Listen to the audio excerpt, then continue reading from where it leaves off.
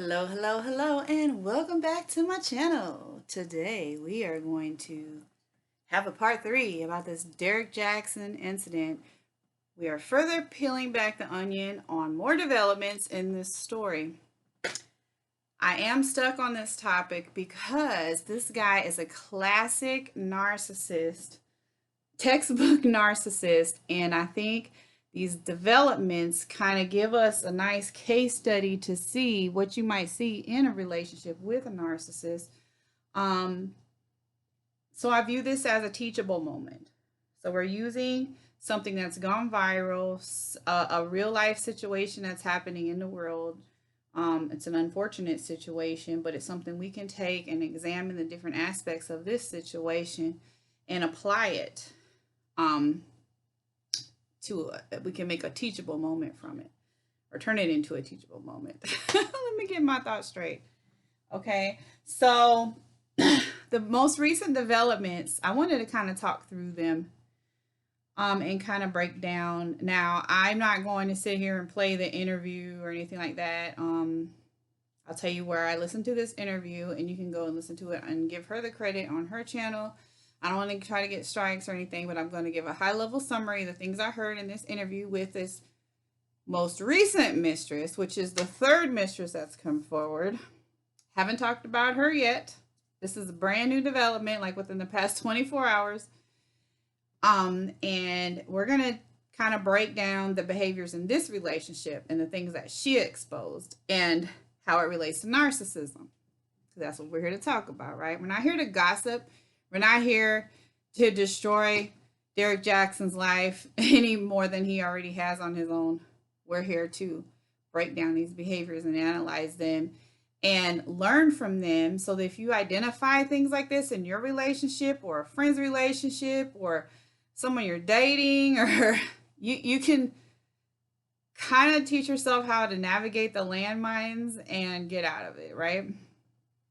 Or if you see a person that kind of has the behaviors that the wife is exhibiting, you can kind of see or kind of, how do I say, kind of see from a different perspective what she's experiencing and what's been done to her psyche and what she's going through. Like we see some different behaviors from her. We see on the surface, she's giving her religious commentary and prayer and her preaching the gospel. Well, that's the top layer of the way she's reacting to the situation. But when you start digging deep into her Instagram posts and when you start digging deeper into the situation, you really see how deep her scars and her core wounds are and how far back this damaging relationship goes, over a decade. And you see that then when you learn more about his behaviors and how he's even treated his mistresses, which we'll get more into today, you can see that she's to a point where she's probably got some brainwashing going on, like again, over 10 years of narcissistic abuse. It's to the point where she really needs to be, I believe, extricated from this whole relationship and undergo some deep, intense therapy to coincide with the deliverance and the prayer that she does need to become fully healed. All those things work together for the good. So she, I believe, has a long way to go. We're just seeing the surface. We're just seeing the icing on the cake. We're just seeing that top layer, but we haven't seen what the inside of that cake looks like. Just helping us get a deeper understanding of the full situation. Everyone's focused on what she looked like in that video. Everyone's focused on the fact she didn't have on makeup and she was wearing a crochet bonnet and she had her house clothes on and she's going on her religious rants on Instagram and whatnot. You got to look at the inside of the cake and see what's festering in there and why. What has happened to her in the past 10 plus years to make her get there? Now, this is going to add more clues to that situation. Okay. Mistress number 3 was interviewed on Tasha K's channel. Go listen to the interview she's on YouTube, on her YouTube channel. It's I believe it's titled something about her being impregnated or something. Yes, this mistress did have, this is the second mistress I've heard of that's had an abortion from him. The other one was in California and further back. I don't know if that was before they got married or not, it was further back, but this is a current mistress. And I'll give you the details of this relationship, and it's pretty disturbing. So now he's supposed to have been saved and delivered from all this cheating, right? Which I didn't buy for a minute. I do believe that's when a person gets saved or they come to Jesus and it truly gives their life to God, that they can change. I do totally believe that. But I, in my heart of hearts, believe this man's a narcissist. So I think that he's just saying he is saved and he is saying what his wife needs to hear, or because he's manipulative and he says whatever needs to be said at the moment to get by. He's a manipulator. He's a gaslighter. It's not genuine. And now I have proof that it's not genuine. So we all have proof, because the interview from the mistress, and she had receipts to back up her story, which are on Tasha K's Patreon website. So it's not just made up allegations, but I will say allegedly on my channel, just because I'm not posting any of that here, and I'm not even posting the interview. I'm just giving a high level look into what was said. Okay, so basically this mistress came on and said that she met him at the mall, Lenox Mall in Georgia, October 2020. She said that she's not on social media. She's a doctor. She's a surgeon. I want to say she might still be in teaching school or something. But anyway, neither here nor there. She is not on social media. So she made a prime target for him. Or I should say she's not like real active on social media, because he did take the painstaking effort of blocking her on all his social media, his YouTube, so forth and so on. Now, didn't I say, go look at my video about social media mind games that narcissists play? They will do that. If you are a love interest or you're dating a narcissist, they will. That's one of the games. I'm not going to say they always do it all the time, but one of the mind games that they'll play is they'll block you. They will literally block you on all their social media. And that's what he did to her. So she couldn't even see. And he knew she wasn't very active on it, so she didn't even really trip about it. But she was literally blocked on his Facebook and Instagram and YouTube and all that. So she wasn't even seeing anything he was doing. She was just dating him because she met him at the mall, right? So they met in October 2020. Now, this is after the last mistress, what was her name? Candace or whatever her name was, that was meeting him down in Miami and came to his house. The one that broke the internet. The one that the whole story got broke, cheating scandal was broke with. This chick was after her. So he's going on rants about being delivered and saved, and they're both, talking about how this is the new marriage. The old marriage is up in the attic in the box, and it's dead, and everything. All their discretions are packed away in the box in the old marriage, and the new marriage is, it's all wonderful, and he's been delivered and he's been saved by the grace of God, but he's been cheating during this whole new marriage. That's why I said in the video I made yesterday, it don't work like that. You got to do some major renovations before you talk about having a new marriage. And they didn't do that. So guess what? He been cheating the whole time. All the way up until they made that live video. Still had this mistress. Still had her. Matter of fact, he called her or texted her an hour after they dropped that live video. But she didn't see it because she's blocked. Well, she ended up seeing it through a third party that shared it or something. Or became aware of it somehow. So she went through her sister's phone and was able to log in and see all this stuff. Well, duh, he can't block everybody. So when she wanted to see it, she could get to it. And that's when she was like, okay. Oh, these narcissists, I tell you, they are just something else. Um, let's see. So basically, what I wanted to say is they've been seeing each other for that whole entire time from October until now. He put her on a gag order this week so she can no longer speak about it. But when they had this interview, it was before the gag order was placed. She said that the story she was given is that he was going through a divorce and his wife was in Arkansas and he could never get the divorce to go through because the parents would always deny that she was there. Now, I'm pretty sure she was from Denver, Colorado, so I don't know where Arkansas came from, but that was the story he was feeding her. That so he could never serve her papers, and then she was like, "Well, you can go to the court and say you can't serve her," which is true because I was married at a very young age to someone who wasn't a narcissist, and he literally abandoned us, and I didn't know where he went.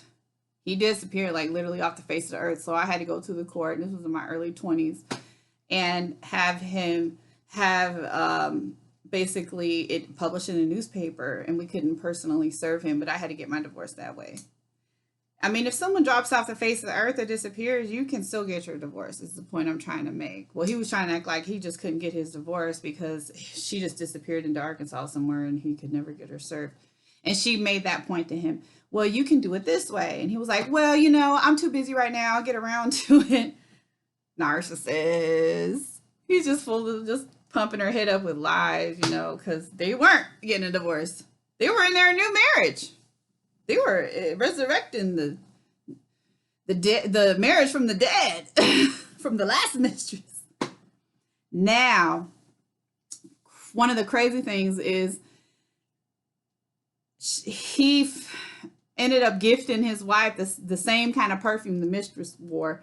He had to do that so that she couldn't question what kind of perfume are you wearing? That's not my perfume. Well, hey, he made sure they wore the same perfume, or at least he bought them both the same perfume, because he ended up asking the mistress, so what kind of perfume are you wearing? I want to buy you some. So he bought her some, and then the mistress said that the receipt had 2 boxes of the perfume on there. So he ended up gifting his wife the same perfume so that they could have the same scent.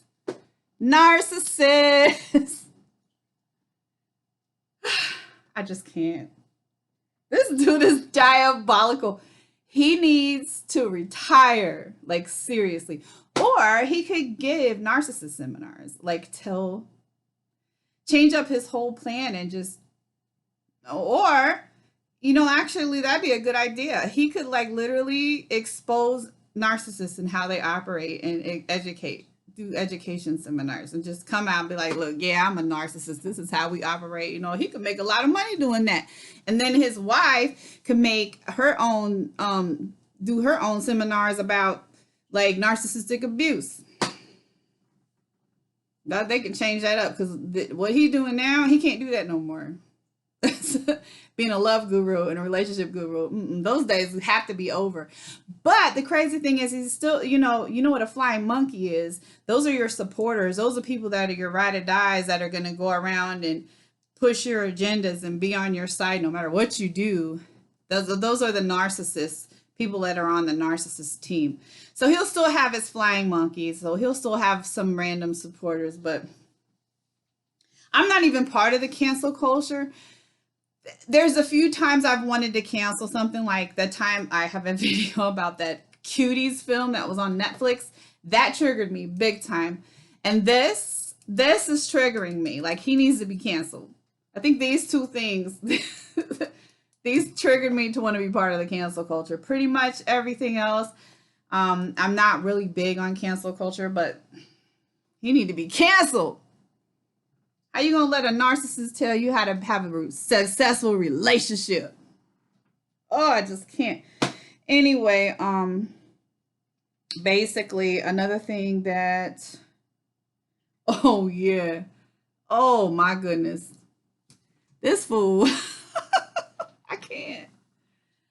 So he filmed a video after he did his live video with his wife.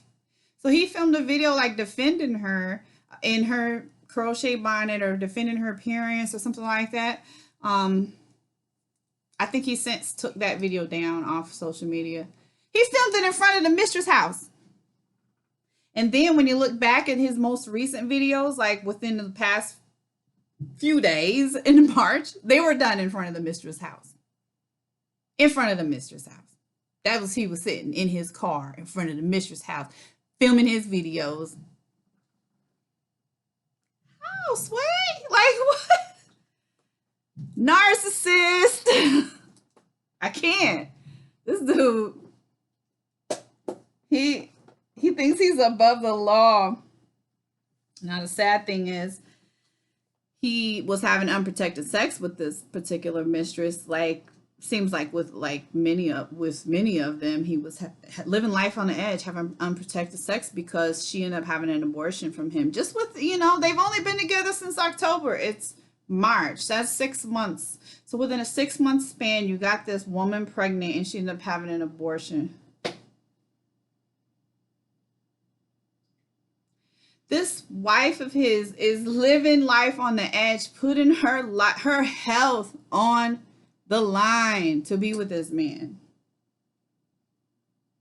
This man blamed God for his behavior, saying that when he gave his life to God, everything just fell apart, you know, and that he started to blame God. You narcissist, blame yourself. You gonna blame everybody in the world for your actions except for yourself because you're a narcissist, but you got the nerve to blame God. Like you gonna blame God, the creator of all things. This man is a trip. Okay, one last thing that really stuck with me is the mistress was talking about how he had a propensity to be violent. Not that he was like whooping her or anything, but there was some moments where he was physical. Like I said, he wasn't like going upside her head or anything, but maybe she said he grabbed her or something like that. And he did admit to her that he hit his wife in the past and that she had ran to her parents' house when this happened, and he didn't deny hitting her. And he was like, well, whatever happened, whatever goes on in our house should stay in our house. That was his reaction to it. Not being remorseful, not repenting for what he did, but saying whatever goes on in our house should stay in our house. You know, he hit her during an argument. Now, my first video that I made about this Derrick Jaxn clown, I said I didn't know if he got physical with her or not, but her demeanor does definitely suggest the demeanor of an abused woman. At that time, I didn't know if it was strictly emotional, narcissistic abuse, or if there was any physical involved, but that certainly suggests, allegedly, there could be physical abuse involved. And if this was said to a mistress within the past 6 months, this is recent, I really pray that this sister removes herself from this situation. It's toxic, it's damaging, it's destroying her. And I believe in God. I believe that marriage is sacred. I really do. I mean, I do. I really do. But not when it's destroying you. Not when you're with a narcissist. Narcissists are like demons in the flesh. They're a special kind of creature. It's like being with a sociopath. I mean, God is going to be okay with you separating yourself from that person.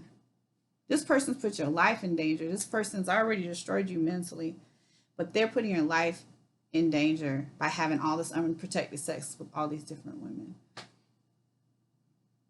Narcissist. So I just wanted to hop on again and bring these new developments to light. Simply to point out, again, all of the narcissistic behavior in this situation, shed more light onto her behavior. And if you're a praying person, let's pray. Let's pray for her. Let's really pray for her. And I'm going to pray for him. I pray that he backs off the scene. If he wants to be a public speaker, maybe he, like I said, change up his strategy. Teach about narcissism. Come to the conclusion that, but see, narcissists never going to admit that they're narcissists.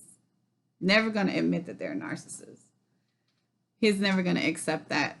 So he's just going to go around, blame shift, continue to do damage control. God only knows how many gag orders he has out there right now, because he probably has a whole ocean full of mistresses that he has to quiet.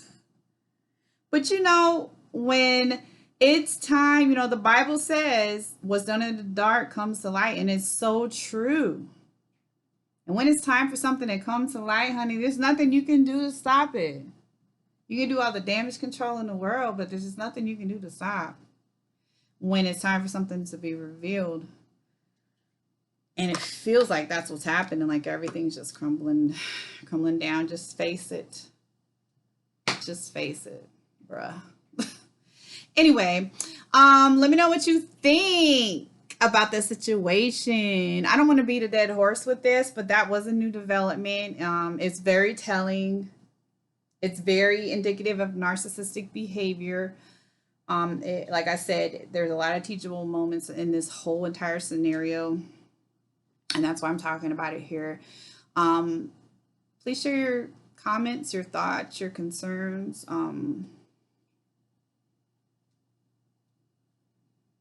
And I'll be back with something else soon, because I got so much to say, but so little time. And you guys have a good rest of your day. See you next time.